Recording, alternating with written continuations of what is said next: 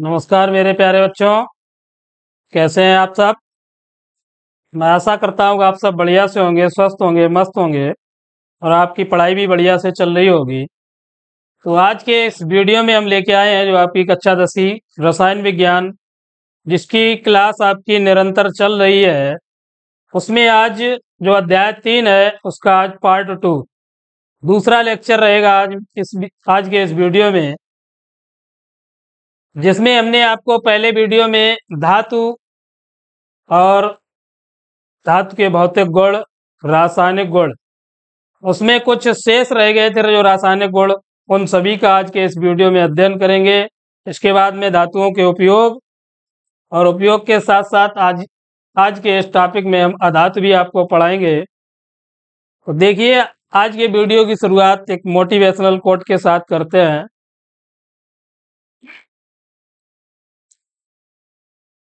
Screen पे देख रहे हैं आप कि अगर तुम सूरज की तरह चमकना चाहते हो, अगर तुम सूरज की तरह चमकना चाहते हो तो पहले सूरज की तरह जलो।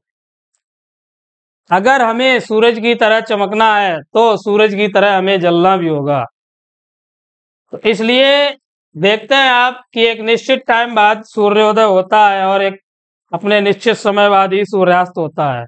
तो इसी प्रकार हमें भी अपने जीवन में लगातार व्यवस्थित ढंग से सभी कामों को करना है। अगर व्यवस्थित है, क्रमबद्ध है काम मेरे, तो वो जरूर होंगे पूरे।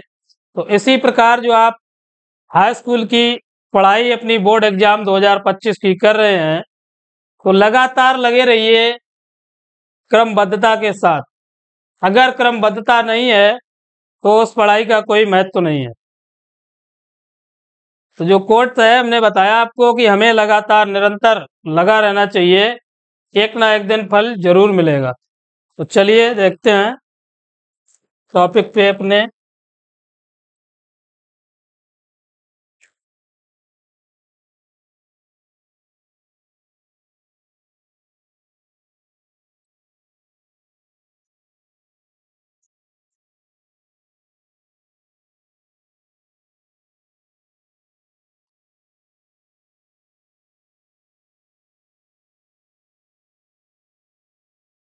मार्कर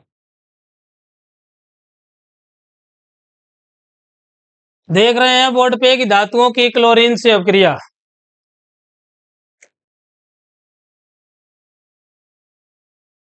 धातुओं की क्लोरीन से अपक्रिया, तो धातुओं तथा क्लोरीन की परस्पर क्रिया द्वारा आयनिक क्लोराइड बनते हैं। तो धातु और क्लोरीन की अपक्रिया से हमें आयनिक क्लोराइड प्राप्त होते हैं। फॉर एग्जांपल देखिए, जैसे सोडियम धातु, सोडियम धातु क्लोरीन से क्रिया करके, क्लोरीन क्लोराइड जो आपका Cl है उसके साथ क्रिया करके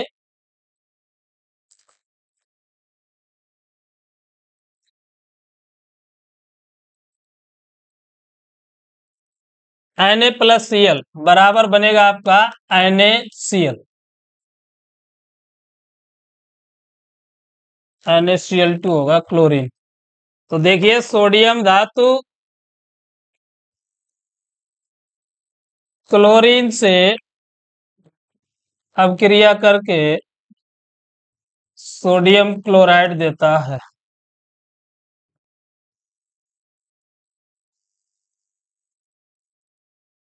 और संतुलित करते हैं ऐसे, यहाँ पे क्लोरीन 2 है तो इधर 2 का गुणा, अब सोडियम 2 हो गया तो इधर 2 का गुणा। तो ध्यान रखना है कि धातु जब क्लोरीन से क्रिया करती है तो हमें आयनिक क्लोराइड, अब आयनिक क्लोराइड देखिए सोडियम है और क्लोरीन, तो सोडियम का परमाणु क्रमांक 11 होता है। तो विन्यास देखिए इसका 2,8,1। अब इसके अंतिम कोष में 1 इलेक्ट्रॉन है और इधर क्लोरीन का 17 होता है, तो 2,8,7। इसके अंतिम कोष में 7 इलेक्ट्रॉन है।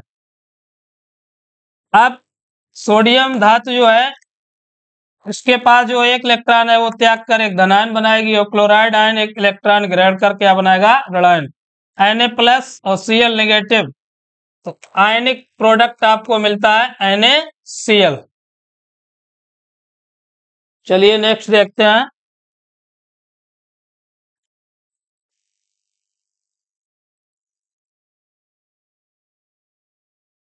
अगला टॉपिक है आपका धातुओं की अभिक्रियाशीलता श्रेणी।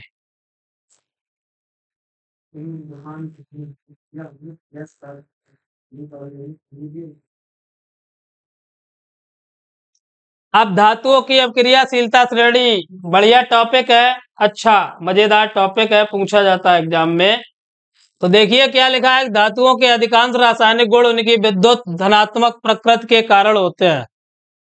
धातुओं के अधिकांश रासायनिक गुण उनकी विद्युत धनात्मक प्रकृति के कारण होते हैं, अर्थात इलेक्ट्रॉन त्यागने की प्रवृत्ति अधिक होने पर धातुओं की क्रियाशीलता अधिक होगी। और धातु परमाणु जब इलेक्ट्रॉन त्यागेंगे तो उसके पश्चात धनायन देंगे हमें। तो क्या लिखा है कि धातुओं के अधिकांश रासायनिक गुण उनकी विद्युत धनात्मक प्रकृति के कारण होती है, अर्थात इलेक्ट्रॉन त्यागने की प्रवृत्ति अधिक होती है, जिस कारण उनकी अभिक्रियाशीलता अधिक होगी। और धातु परमाणु इलेक्ट्रॉन त्यागने के पश्चात क्या बनाते हैं, धनायन। जैसे अभी हमने बताया था आपको कि सोडियम है, पोटेशियम है या लिथियम है। तो लिथियम का परमाणु क्रमांक 3 होता है, सोडियम का 11 और पोटेशियम का 19। अब लिथियम का विन्यास 2,1 या सोडियम का विन्यास 2,8,1, पोटेशियम का होता है 2,8,8,1। तो प्रत्येक में देखिए अंतिम कोष में एक एक इलेक्ट्रॉन है। तो जब एक इलेक्ट्रॉन है तो उन्हें अपना अष्टक पूरा करने के लिए 7 इलेक्ट्रॉन की आवश्यकता होगी। अब एक तरफ 7 इलेक्ट्रॉन है, एक तरफ 1 इलेक्ट्रॉन है, तो ये क्या करेगा, ऐसे त्याग कर देगा अपना इलेक्ट्रॉन। जब त्याग करेगा, जैसे लिथियम 1 इलेक्ट्रॉन जब त्याग करेगा तो बन जाएगा लिथियम धनायन।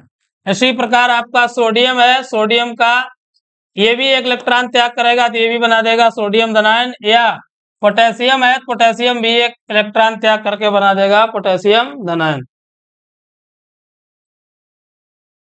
अब देखते हैं श्रेणी।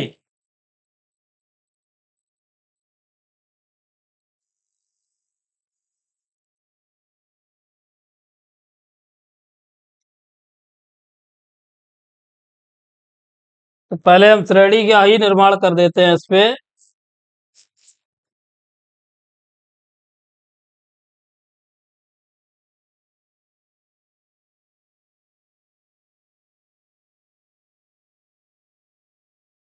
पोटेशियम है आपका, सोडियम,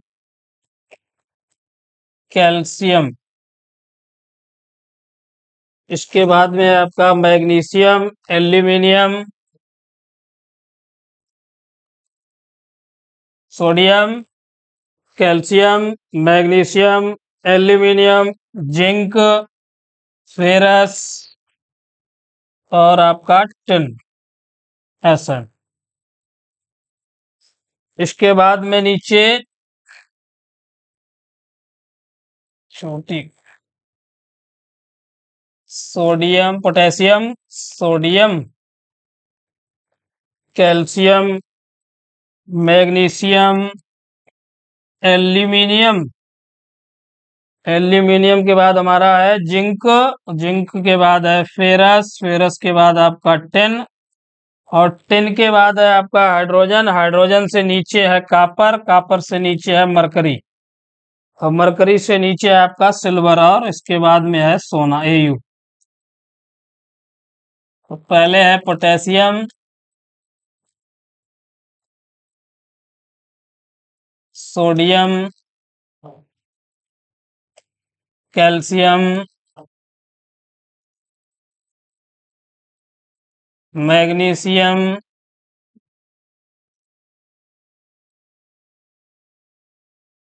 एल्यूमिनियम,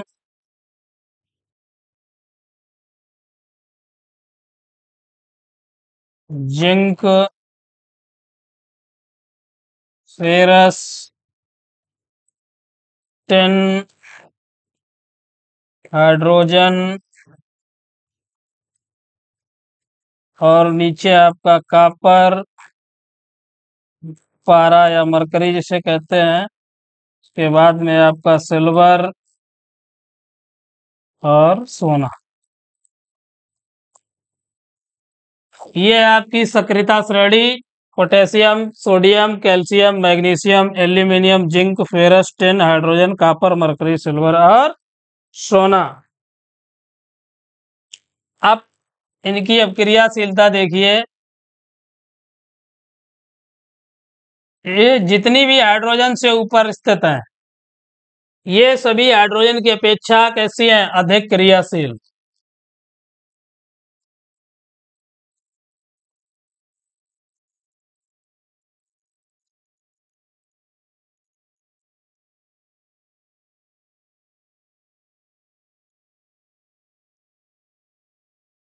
अधिक क्रियाशील। हाइड्रोजन से जितनी भी धातुएं ऊपर स्थित हैं, ये हाइड्रोजन की अपेक्षा कैसी है? अधिक क्रियाशील। अधिक क्रियाशील का मतलब है कि ये हाइड्रोजन की अपेक्षा जल्द से जल्द इलेक्ट्रॉन का त्याग कर धनायन बनाती हैं। अब जो हाइड्रोजन से नीचे हैं, ये हाइड्रोजन की अपेक्षा कैसी हैं? कम क्रियाशील।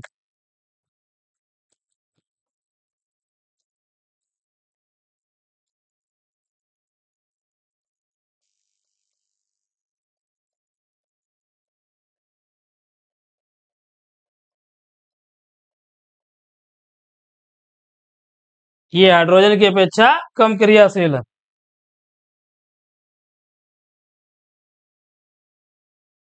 अब जब ऊपर से हम नीचे की तरफ आएंगे, सक्रियता श्रेणी में ऊपर से नीचे की तरफ आते हैं, तो जो हमारी ऊपर धातुएं हैं, ये हमने बताई आपको कैसी हैं? अधिक क्रियाशील।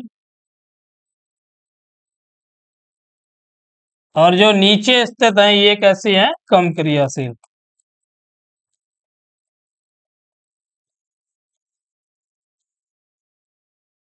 तो जो आपको सक्रियता श्रेणी हमने बताई कि जो भी हाइड्रोजन से ऊपर स्थित धातुएं हैं, ये कैसी हैं? हाइड्रोजन की अपेक्षा अधिक क्रियाशील है। और जो नीचे स्थित है, वो हाइड्रोजन की अपेक्षा कम क्रियाशील। और ऊपर से नीचे आने पर क्रियाशीलता कैसी होती है? निरंतर कम होती है। तो सबसे ऊपर जो पोटेशियम आपका स्थित है, ये सबसे अधिक क्रियाशील। और जो नीचे सोना है, वो कैसा है? सबसे कम क्रियाशील। चलिए नेक्स्ट।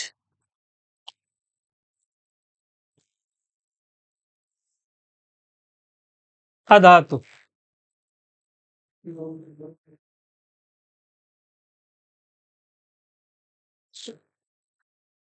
सक्रियता श्रेणी के उपयोग रह गए।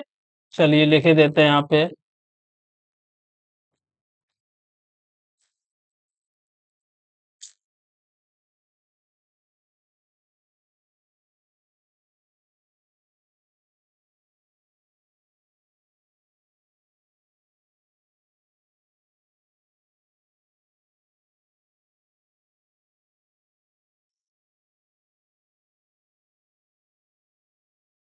सक्रियता श्रेणी का महत्व या उपयोग। तो देखिए सक्रियता श्रेणी में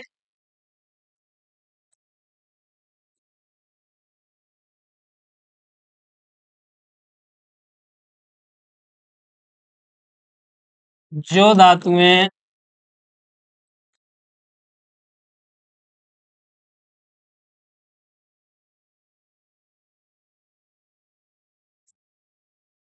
हाइड्रोजन से ऊपर स्थित होती हैं, वे तनु अम्लों से क्रिया करके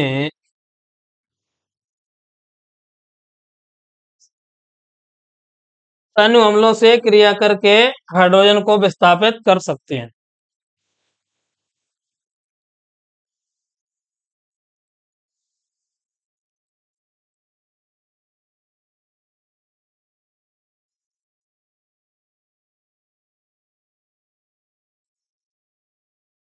फर्स्ट पॉइंट हमने बताया कि सक्रियता श्रेणी में वे धातुएं जो हाइड्रोजन से ऊपर स्थित होती हैं, वे तनु अम्लों से क्रिया करके हाइड्रोजन को विस्थापित कर सकती हैं।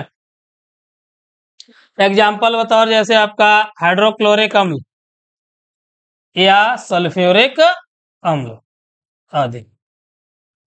तो जो भी धातुएं हमने बताया आपको कि सक्रियता श्रेणी में हाइड्रोजन से ऊपर स्थित होती हैं, वे तनु अम्लों से क्रिया करके हाइड्रोजन को विस्थापित कर सकते हैं। सेकेंड पॉइंट में देखिए,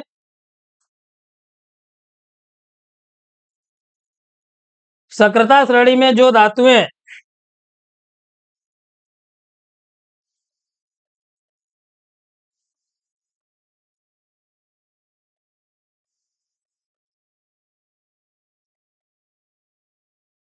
अन्य धातुओं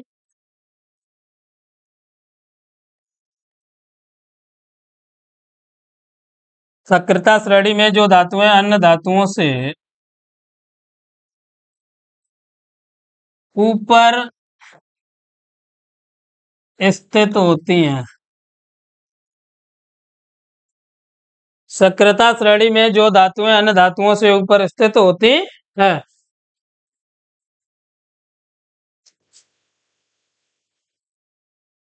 उन्हें उनके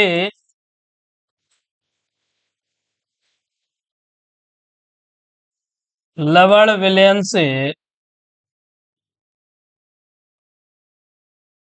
विस्थापित कर देती हैं।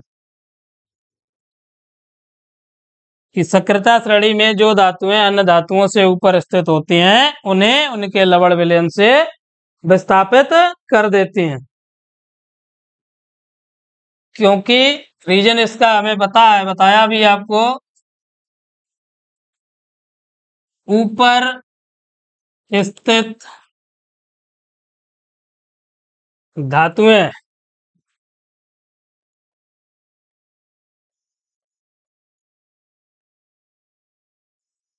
अधिक क्रियाशील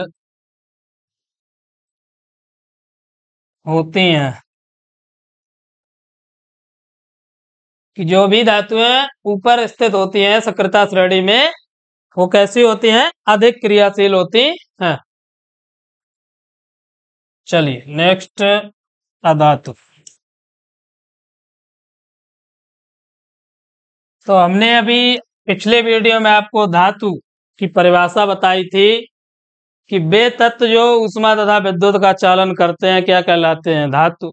उसके जस्ट विपरीत आपका अधातु है कि वे तत्व जो ऊष्मा तथा विद्युत का चालन नहीं करते हैं, अधातु कहलाते हैं। रिपीट किए देता हूं कि वे तत्व जो ऊष्मा तथा विद्युत का चालन नहीं करते हैं, अधातु कहलाते हैं।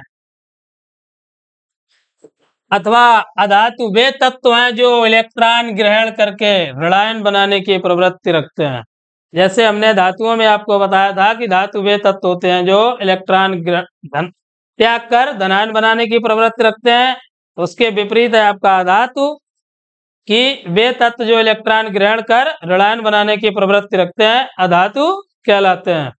तो अधातुएं आपकी विद्युत ऋणात्मक होती हैं। जैसे धातुएं आपकी हमने बताया था कि विद्युत धनात्मक होती हैं, और जो अधातु है वो कैसी है? विद्युत ऋणात्मक होती है। और जो अधातुएं आपकी ये आघात वर्धनीयता व तन्य, ये गुण नहीं पाए जाते हैं, ना तो आघात वर्धनीय होती हैं और ना ही तन्य होती हैं। लेकिन जो भंगुरता है, भंगुरता का गुण अधातुओं में भी पाया जाता है। तो परंतु लिखा है कि भंगुर होती हैं।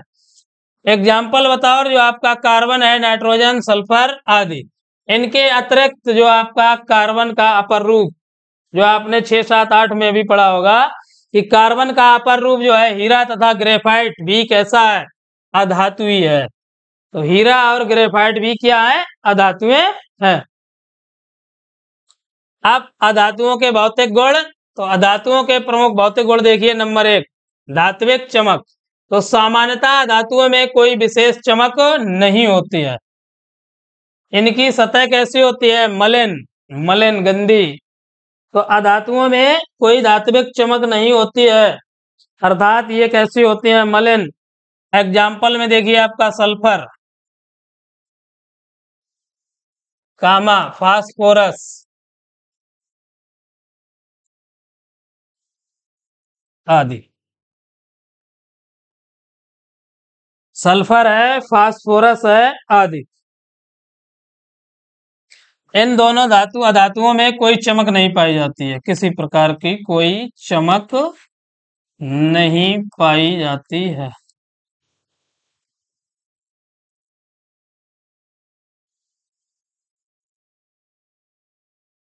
सल्फर है और फास्फोरस है, इनमें कोई चमक नहीं पाई जाती है। अपवाद देखिए आप, विद्युत एवं ऊष्मीय अपवाद में अपवाद स्वरूप जो अभी आपको बताए थे हमने, कार्बन का अपर रूप जो बताया था कि ग्रेफाइट, ग्रेफाइट कैसी होती है, चमकीली होती है। और इसी प्रकार जो है आयोडीन, आयोडीन भी कैसी होती है, चमकीली होती है। तो धात्विक चमक हमने बताया कि इनमें कोई विशेष चमक नहीं होती है।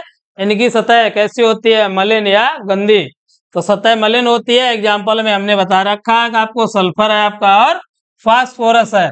इन अधातुओं में कोई चमक नहीं पाई जाती है। अपवाद स्वरूप जो अधातु हमने बताया कि ग्रेफाइट, ग्रेफाइट कैसा होता है, चमकीला होता है। और आयोडीन भी चमकीली होती है, लेकिन इन्हें हम अधातु की श्रेणी में रखते हैं। अगला पॉइंट देखिए, विद्युत एवं ऊष्मीय अचालकता।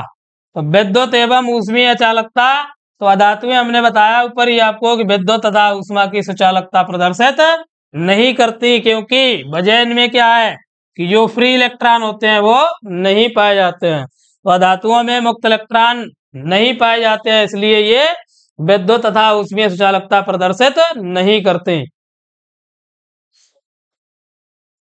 एग्जाम्पल यही है आपके, सल्फर है, कामा फास्फोरस आदि। अपवाद स्वरूप आपका यही है ग्रेफाइट और आयोडीन।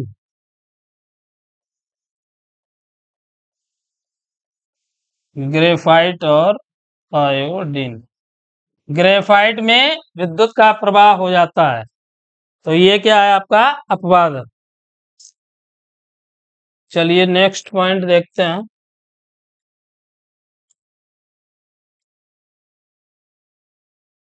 भंगुरता। अब भंगुरता का गुण देखिए कि ठोस अधातुओं को पीटने पर ये चादर में परिवर्तित नहीं होती। जैसे धातुएं क्या है, हमने बताया था कि धातुओं को पीटने पर ये पतली चादर के रूप में परिवर्तित हो जाती हैं। लेकिन जो आपकी अधातुएं हैं ये चादर में परिवर्तित नहीं होती, क्योंकि इनकी प्रकृति भंगुर होती है, अर्थात इनको हथौड़े से पीटने पर ये छोटे छोटे टुकड़ों में टूट जाती हैं। तो ध्यान रखना है कि जो आपकी अधातुएं हैं, अधातुओं में जो भंगुरता का गुण होता है वो नहीं पाया जाता है, कम पाया जाता है, क्योंकि जो धातु है आपकी वो पतली चादर में परिवर्तित हो जाती है, लेकिन जो अधातुएं हैं आपकी वो कैसी हो जाती है, छोटे छोटे टुकड़ों में बिखर जाती हैं।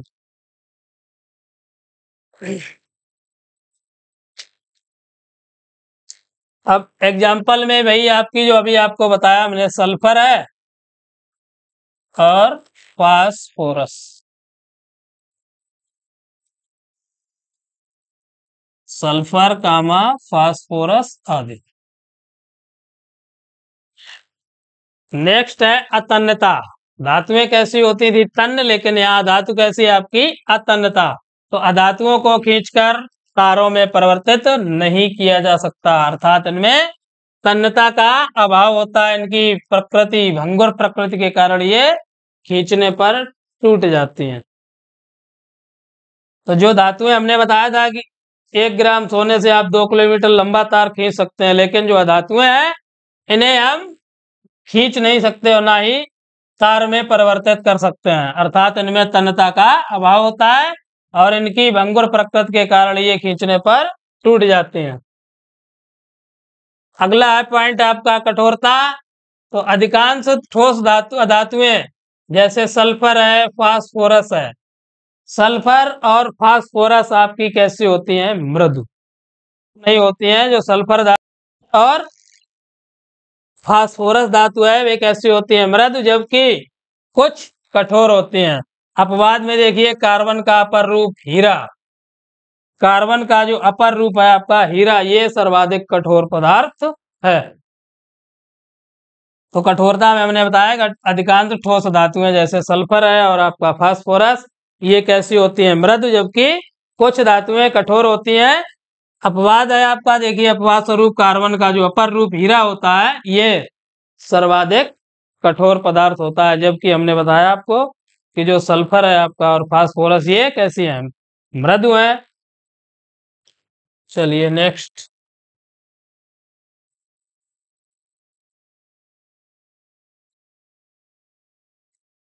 गलनांक और क्वथनांक। तो जो अधातुएं होती हैं आपकी, इनके गलनांक कैसे होते हैं, गलनांक तथा क्वथनांक दोनों कम होते हैं, अर्थात ये निम्न ताप पर ही वाष्पित हो जाती हैं। तो जो फास्फोरस है आपका, सल्फर है, ये निम्न ताप पर ही कैसी हो जाती हैं, वाष्पित हो जाती हैं। लेकिन अपवाद इसमें भी है, अपवाद स्वरूप देखिए कार्बन है आपका, कामा बोरान है और सिलिकॉन, ये उच्च ताप पर, इनके जो गलनांक और क्वथनांक होते हैं वो उच्च होते हैं, जबकि फास्फोरस या सल्फर है, इनके गलनांक और क्वथनांक कम होते हैं। तो जो अपवाद है हमने बताया आपको, कार्बन, बोरान और सिलिकॉन। अगला घनत्व, अगला पॉइंट जो है आपका घनत्व। तो अधातुओं के घनत्व सामान्यतः कम होते हैं। जैसे आपका सल्फर अधातु है जो, उसका घनत्व 2 ग्राम प्रति सेंटीमीटर क्यूब होता है, जो अत्यंत कम है। अपवाद स्वरूप देखिए हीरे तथा आयोडीन का घनत्व बहुत सी धातुओं की अपेक्षा अधिक होता है। हीरे तथा आयोडीन का घनत्व बहुत सी धातुओं की अपेक्षा अधिक होता है। अब ध्वनि, तो जो अधातुएं होती हैं इनमें ध्वनि नहीं पाई जाती है, अर्थात इन्हें हथौड़े से पीटने पर किसी प्रकार की ध्वनि उत्पन्न नहीं होती है। तो ध्वनि का पॉइंट देखिए कि धातुएं कैसी होती हैं, अध्वनिक होती हैं, इनमें कोई ध्वनि उत्पन्न नहीं होती है। हथौड़े से जब इन्हें पीटते हैं तो कोई ध्वनि नहीं उत्पन्न होती है, बल्कि ये छोटे छोटे टुकड़ों में बिखर जाती हैं। अब अगला पॉइंट आपका विलेयता। तो अधिकांश अधातुएं अनेक द्रव विलायकों में घुल जाती हैं। तो अधिकांश अधातुएं अनेक द्रव विलायकों में घुल जाती हैं। एग्जाम्पल में सल्फर है, कार्बन डाइसल्फाइड में घुल जाती है तथा आयोडीन क्लोरीन में घुल जाती है। तो विलेयता बताई हमने आपको कि अधातुएं अनेक द्रव विलायकों में घुल जाती हैं। और एग्जाम्पल बता, और सल्फर जो धातु अधातु है आपकी, वो कार्बन डाइसल्फाइड में घुल जाती है, और आयोडीन अधातु वो क्लोरीन में घुल जाती है।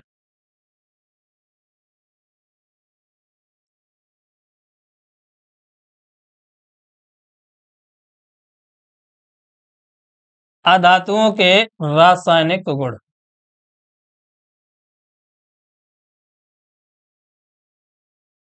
फर्स्ट पॉइंट लिखा है आपका कि ऑक्सीजन से अपक्रिया। तो ऑक्सीजन से क्रिया करके ऑक्साइड निर्मित करते हैं। ऑक्साइडों की प्रकृति अम्लीय या उदासीन हो सकती है। तो जो आपका अधातु है वो ऑक्सीजन से क्रिया करके ऑक्साइड निर्मित करती है। फॉर एग्जांपल देखिए कार्बन और प्लस ऑक्सीजन, ये बनाएगा आपका कार्बन डाई ऑक्साइड, CO2। अब कार्बन आपका कैसा है,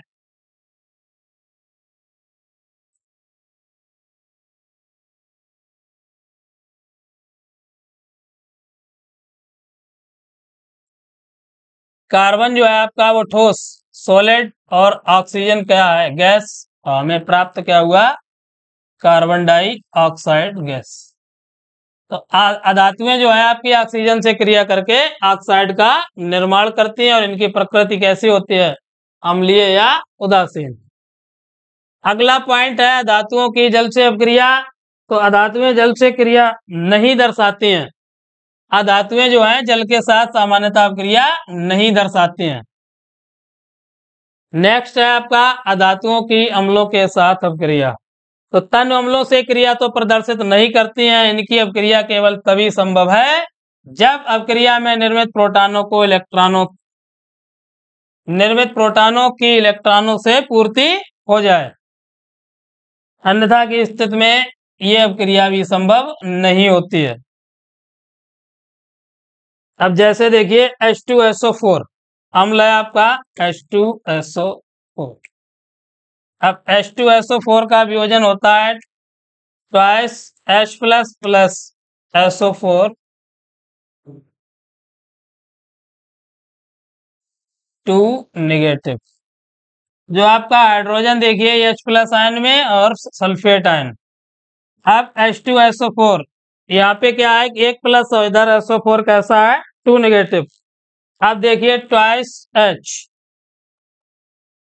अब ट्वाइस H में हम जब 2 इलेक्ट्रॉन जोड़ देंगे तो बन जाएगा आपका हाइड्रोजन गैस। तो हमने बताया कि जब अपक्रिया, यह अपक्रिया तभी संभव है जब अपक्रिया में निर्मित प्रोटॉनों को इलेक्ट्रॉनों द्वारा आपूर्ति हो जाए। तो यहाँ पे देखिए 2 इलेक्ट्रॉन ऐड कर दिए, बन गई आपकी हाइड्रोजन गैस। चलिए नेक्स्ट, अगली है धातुओं की क्लोरीन के साथ अपक्रिया।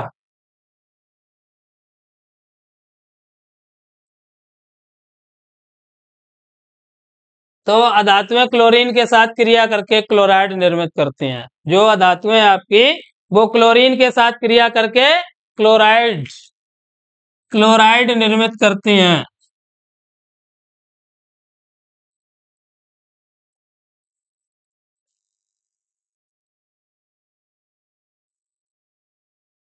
अधातुएं क्लोरीन के साथ क्रिया करके क्लोराइड निर्मित करती हैं। निर्मित क्लोराइडों की प्रकृति सहसंयोजक कैसी होती है, सहसंयोजक।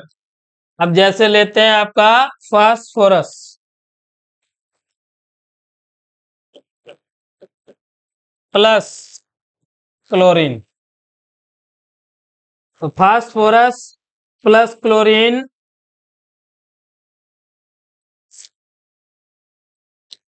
बना देगा आपका PCl3 फास्फोरस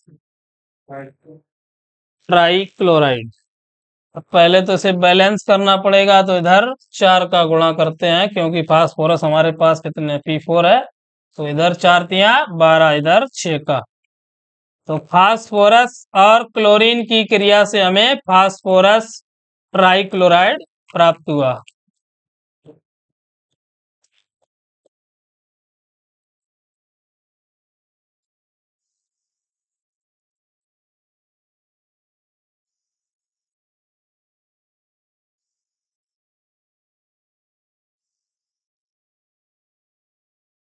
फास्फोरस और क्लोरीन की अपक्रिया से हमें फास्फोरस ट्राइक्लोराइड प्राप्त हुआ। चलिए नेक्स्ट,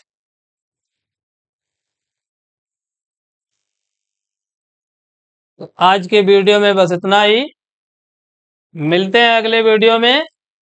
अगर वीडियो अच्छा लगे तो प्लीज लाइक सब्सक्राइब और अपने दोस्तों को शेयर करें। तब तक के लिए धन्यवाद। जय हिंद।